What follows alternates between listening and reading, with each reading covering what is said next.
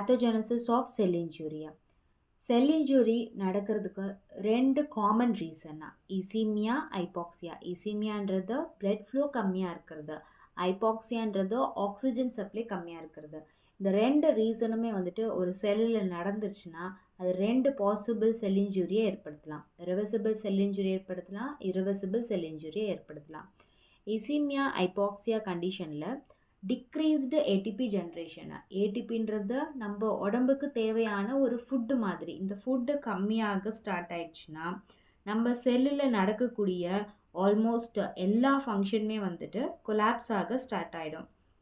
Like நம்ம செல்லில் வந்துட்டு ஒரு லிப்பிட் சிந்தசிஸ் நடக்கணும்னா, ஒரு பாஸ்போலிப்பிட் மெட்டபாலிசம் நடக்கணும்னா, ஒரு ப்ரோட்டீன் சிந்தசிஸ் நடக்கணும்னா, ஒரு மெம்பரேன் டிரான்ஸ்போர்ட் நடக்கணும்னா, இது எல்லாமே ஒரு எக்ஸாம்பிள்.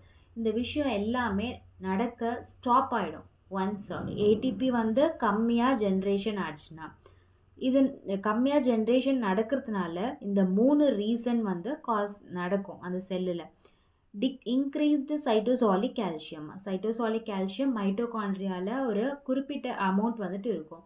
அந்த அமௌண்ட்டை விட ரொம்ப அதிகமாக வந்துட்டு சிந்தசிஸ் ஆக ஸ்டார்ட் ஆகிடும். இன்க்ரீஸ்டு சைட்டோசாலிக் கால்சியம் நடக்கிறப்போ நம்மளுக்கு இந்த ஸ்டெப் வரைக்கும் ரீபர்ஃப்யூஷன் நடக்க ஸ்டார்ட் ஆகும். ரீபர்ஃப்யூஷன்னா ஒரு செல்லில் பிளட் சப்ளை ரொம்ப கம்மியாக இருக்கும். அந்த கம்மியாக இருந்துட்டு அகெயின் அது நார்மல் ஸ்டேஜுக்கு கொண்டு போயிடும். ஒரு பிளட் சப்ளை கம்மியாக இருந்துட்டு அந்த கம்மியாக இருக்கக்கூடிய ஒரு ஸ்டேஜை ரிவர்ஸ் பண்ணிவிட்டு பிளட் சப்ளை ஒழுங்காக ஸ்டார்ட் ஆகிடும். இந்த ஸ்டேஜ் வரைக்கும் இந்த ரீபர்ஃப்யூஷன் ப்ராசஸ் வந்து ஒர்க் ஆச்சுன்னா அது ரிவர்சிபிள் செல் இன்ஜுரியாக மாறிடும். இந்த ரீபர்ஃப்யூஷன் ப்ராசஸ் ஒர்க் அவுட் ஆகலைன்னா ஃபர்தராக எடுக்கக்கூடிய ப்ராசஸ் எல்லாமே நடக்கும். இந்த ஃபர்தராக இருக்கக்கூடிய ப்ராசஸ் எல்லாமே எதை டினோட் பண்ணுதுன்னா irreversible செல் இன்ஜுரியா.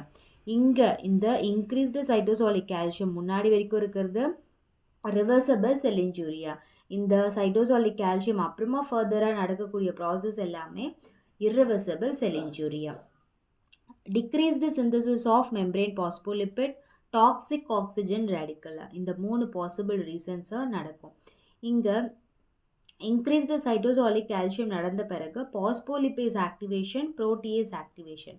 பாஸ்போலிபேஸ் ஆக்டிவேஷன்ன்றது இந்த 2 என்சைமுமே ரொம்ப ஆக்டிவேட் ஆக ஸ்டார்ட் ஆகிடும். ஆக்டிவேட் ஆக ஸ்டார்ட் ஆகிட்ட பிறகு increased loss of membrane phospholipid, lipid break down products. நம்ம சாப்பிடக்கூடிய எல்லா லிப்பிட் கண்டென்ட் ஃபுட் எல்லாமே லாஸ் ஆக ஸ்டார்ட் ஆகிடும், இல்லை பிரேக் டவுன் ரொம்ப ஃபர்தராக பிரேக் டவுன் ஆக ஸ்டார்ட் ஆகிடும். Protease activation, சைட்டோஸ்கெலிட்டல் இன்ஜுரியா. ஸ்கெலிட்டல் மசில்ஸில் இருக்கக்கூடிய எல்லா விஷயமே வந்துட்டு அந்த செல் எல்லாமே வந்து கொலாப்ஸ் ஆகிட்டு இன்ஜுரி நடக்க ஸ்டார்ட் ஆகிடும். இதுதான் ரீசன் ஃபார் அ இன்க்ரீஸ்டு சைட்டோசாலிக் கால்சியமா. அகெயினா நம்ம இந்த விஷயம் வரைக்கும் நம்மளுக்கு ஸ்டாப் ஆகிட்டு இங்கே என்ன நடக்குதுன்னு பார்ப்போம். Decreased synthesis of membrane phospholipid. இங்கேயும் ரீபர்ஃப்யூஷன் நடக்க ஸ்டார்ட் ஆகும். ரீபர்ஃப்யூஷன் நடந்த பிறகு அது ஒர்க் அவுட் ஆச்சுன்னா அது அகெயின் ரிவர்சபிளாக முடிஞ்சிடும். ஒர்க் அவுட் ஆகலைன்னா ஃபர்தராக இருக்கக்கூடிய ப்ராசஸ்லாம் நடந்து irreversible செல் இன்ஜுரியை காஸ் பண்ணும். Toxic oxygen radical. Toxic oxygen radical oxygen level கம்ப்ளீட்டாக கம்மியாயிடுச்சு. 2 விஷயம், ஒரு ஏடிபி ஜென்ரேஷன் ஆகிறதுக்கு ஏரோபிக் ரெஸ்பிரேஷன் வந்து நடக்கும். நம்ம இந்த 2 விஷயமே வந்துட்டு இன்னும் இருக்கக்கூடிய ஃபர்தராக இருக்கக்கூடிய வீடியோஸில் நம்ம பார்ப்போம்.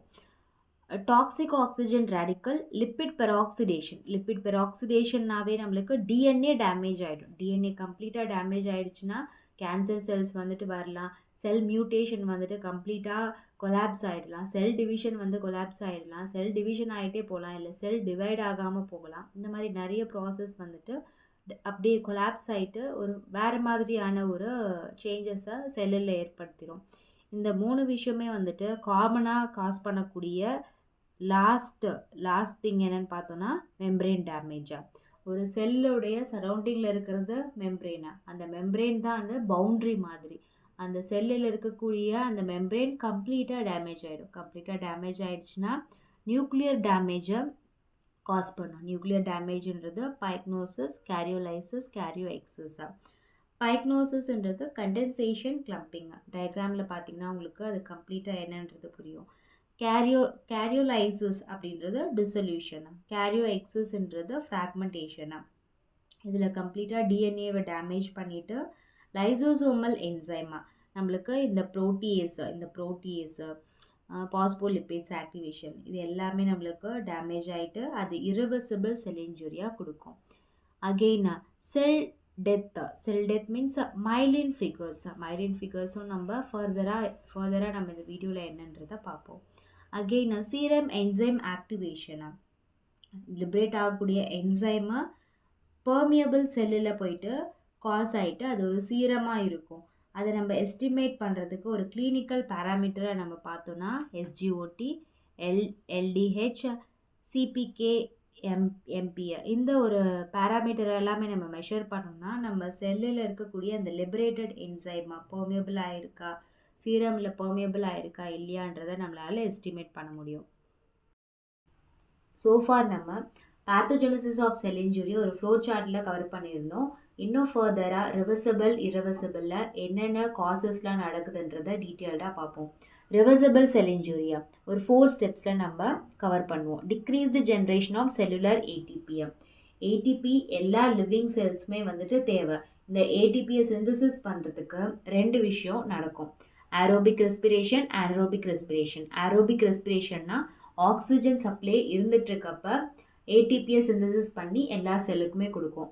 ஆக்சிஜன் சப்ளை இல்லாதப்ப ஆப்சன்ஸ் ஆஃப் ஆக்சிஜன் டைமில் anaerobic ரெஸ்பிரேஷன் நடக்கும். லைக் குளுக்கோஸ் மாலிகுல்ஸ், கிளைகோஜன் இது எல்லாமே ஏடிபியை ஜென்ரேட் பண்ண பார்க்கும். எந்த டைம்லனா ஆக்சிஜன் இல்லாத பட்சத்தில். Second, intracellular lactic acidosis. Oxygen level கம்மியாக தான் இருக்குது, அதனால இந்த ஏரோபிக் ரெஸ்பிரேஷன் கம்ப்ளீட்டாக ஃபெயில்ஸ். செகண்ட், anaerobic ரெஸ்பிரேஷன் மூலயமா ஆக்சிஜன் இல்லாத பட்சத்தில் ஏடிபியை சிந்தசிஸ் பண்ணலாமான்னு சொல்லிட்டு ட்ரை பண்ணோம். இங்கேயும் கம்ப்ளீட்டாக ஃபெயில் ஆகிடும். இந்த 2 ஃபெயிலுமே நடக்கிறதுனால மைட்டோகாண்ட்ரியாவால் ஏடிபியை கம்ப்ளீட்டாக சிந்தசிஸ் பண்ண முடியாத ஒரு நிலைமைக்கு போயிடும். அதனால் பிளட்டில் இருக்கக்கூடிய லாக்டிக் ஆசிட் கண்டென்ட் ஜாஸ்தி ஆகிடும். லாக்டிக் ஆசிட் கண்டென்ட் ஜாஸ்தி ஆகிறதுனால இன்ட்ராசெல்லுலர் பிஹெச்சும் வந்துட்டு சேஞ்ச் ஆகிடும். இதுதான் இங்கே நம்ம கொடுத்துருக்கிறது. Rapid depletion of oxygen it's leads to intracellular lactic acidosis. Third, damage to plasma membrane pump. Plasma membrane pump ப்ராப்பராக இருந்தால் மட்டும்தான் நம்மளுடைய செல்ஸில் இருக்கக்கூடிய சோடியம், பொட்டாசியம், கால்சியம் இது எல்லாமே ஒரு குறிப்பிட்ட லெவலில் தான் இருக்கும். மற்ற எல்லாமே எக்ஸ்க்ரீட் ஆகிடும். இதில் எக்ஸஸாக இருக்கக்கூடிய கண்டென்ட் எக்ஸ்க்ரீட் ஆகிறதுக்கு இந்த பம்ப் ரொம்ப தேவை, மெம்பரேன் பம்ப். அந்த பம்ப் வந்து டேமேஜ் ஆயிடுச்சுன்னா அந்த சோடியம், பொட்டாசியம், கால்சியம் இது எல்லாமே செல்குள்ளேயே இருக்கும். இதனால் 4th கேசஸ் நடக்கும். ரெடியூஸ்டு ப்ரோட்டீன் சிந்தசிஸா கண்டினியூஸ்டு, இன்னும் அது ரிவர்ஸ் ஆகவே இல்லை. ஹைபாக்சியா கண்டிஷன் இருந்துகிட்டே இருக்கும். அது எண்டோபிளாஸ்மிக் ரெட்டிகுலம், கால்ஜி அப்பேரட்டஸை ஸ்வெல் பண்ணிடும், வீங்கிற மாதிரி ஒரு தன்மை ஏற்படுத்திட்டு ரெடியூஸ்டு ப்ரோட்டீன் சிந்தசிஸ், இந்த கால்ஜி அப்பேரட்டஸால் ப்ரோட்டீனை சிந்தசிஸ் பண்ண முடியாது, ஃபெயில் ஆகிட்ட பிறகு இப்போ நம்மளுக்கு எல்லாமே டேமேஜ் ஆகிடுச்சு. மெம்பரேன் பம்பும் டேமேஜ் ஆகிடுச்சு, சோடியம், பொட்டாசியம் எல்லாமே உள்ளே இருக்குது. இதில் வேஸ்ட்டாக இருக்கக்கூடிய அந்த எக்ஸ்க்ரீஷன் எல்லாமே ஒரு லம்ப் மாதிரியான ஒரு ஃபார்மேஷனை ஏற்படுத்தும். இந்த சைட்டோபிளாசம் ஏரியாவில் லம்ப் மாதிரி ஒரு ஃபார்மேஷனை ஏற்படுத்துறது தான் நம்ம மைலின் ஃபிகர்னு சொல்லுவோம். இந்த டயக்ராமில் பார்த்தீங்கன்னா தெரியும், நம்ம செல்லில் இருக்கக்கூடிய அந்த டெட் செல்ஸ் எல்லாமே சேர்ந்து ஒரு லம்ப் மாதிரி ஒரு ஃபார்மேஷனை ஏற்படுத்தும். அதை தான் மைலின் ஃபிகர்னு சொல்லுவோம். இந்த ப்ராசஸ் வரைக்கும் நடந்துட்டு அகெயின் அது ரெக்கவர் ஆகிட்டு அப்படியே இந்த ப்ராசஸ் எல்லாமே வந்துட்டு ரெக்கவர் ஆகிட்டு ஏடிபியை சிந்தசிஸ் பண்ண ஸ்டார்ட் ஆகிடும். எப்போது ரிவர்சிபிள் செல் இன்ஜுரியாக இருந்ததுன்னா. இதே irreversible செல் இன்ஜுரியாக இருந்ததுன்னா இன்னும் ஃபர்தராக இருக்கக்கூடிய ப்ராசஸ் எல்லாமே நடக்கும். irreversible sell இன்ஜுரிக்கு main reason continuation of இசீமியா, hypoxia. Like ஒரு ஸ்டேஜில் stop ஆகிடணும். Hypoxic condition, இசிமிக் condition stop ஆகிடுச்சுன்னா அது ரிவர்சிபிளாக மாறிடும். அந்த ஸ்டாப் ஆகாமல் பர்சிஸ்டண்ட்டாக இருந்ததுன்னா that will leads to sell death. First one, calcium influx, mitochondrial damage. Calcium இன்ஃப்ளெக்ஸ்னால் மைட்டோகாண்ட்ரியால் இருக்கக்கூடிய அந்த சைட்டோசாலிக் கால்சியம் வெளியில் போகாமல் செல்லுக்குள்ளவே இருக்கிறதுனால ஹைபாக்சிக் கண்டிஷன் சரியாகாமல் கண்டினியூ ஆகிட்டே இருக்கும். ரீபர்ஃப்யூஷன், ரீஆக்சிஜனேஷன் இது எல்லாமே ட்ரை பண்ணிவிட்டு அது பாசிட்டிவாக முடிஞ்சதுன்னா அது ரிவர்சபிளாக போயிடும். இங்கே பாசிட்டிவாக முடியல, அதனால அது irreversible செல் இன்ஜுரியை ஏற்படுத்துது. Second, activated phospholipids membrane damage. Lipid பைலேயரில் இருக்கக்கூடிய செல்லில் இருக்கக்கூடிய அந்த லிப்பிட் பைலேயர் மெம்பரேனே வந்து கம்ப்ளீட்டாக வந்து கொலாப்ஸ் ஆகிடும். Third, intracellular Proteus சைட்டோஸ்கெலிட்டல் damage. Skeletal டேமேஜ்ன்றது physical effect, செல்லை வந்துட்டு ஸ்வெல் பண்ணுறதுக்கு ரீசனாக இருக்கிறது. Fourth, activated endonuclease. இதில் நியூக்ளியர் டேமேஜ் நடக்கும்.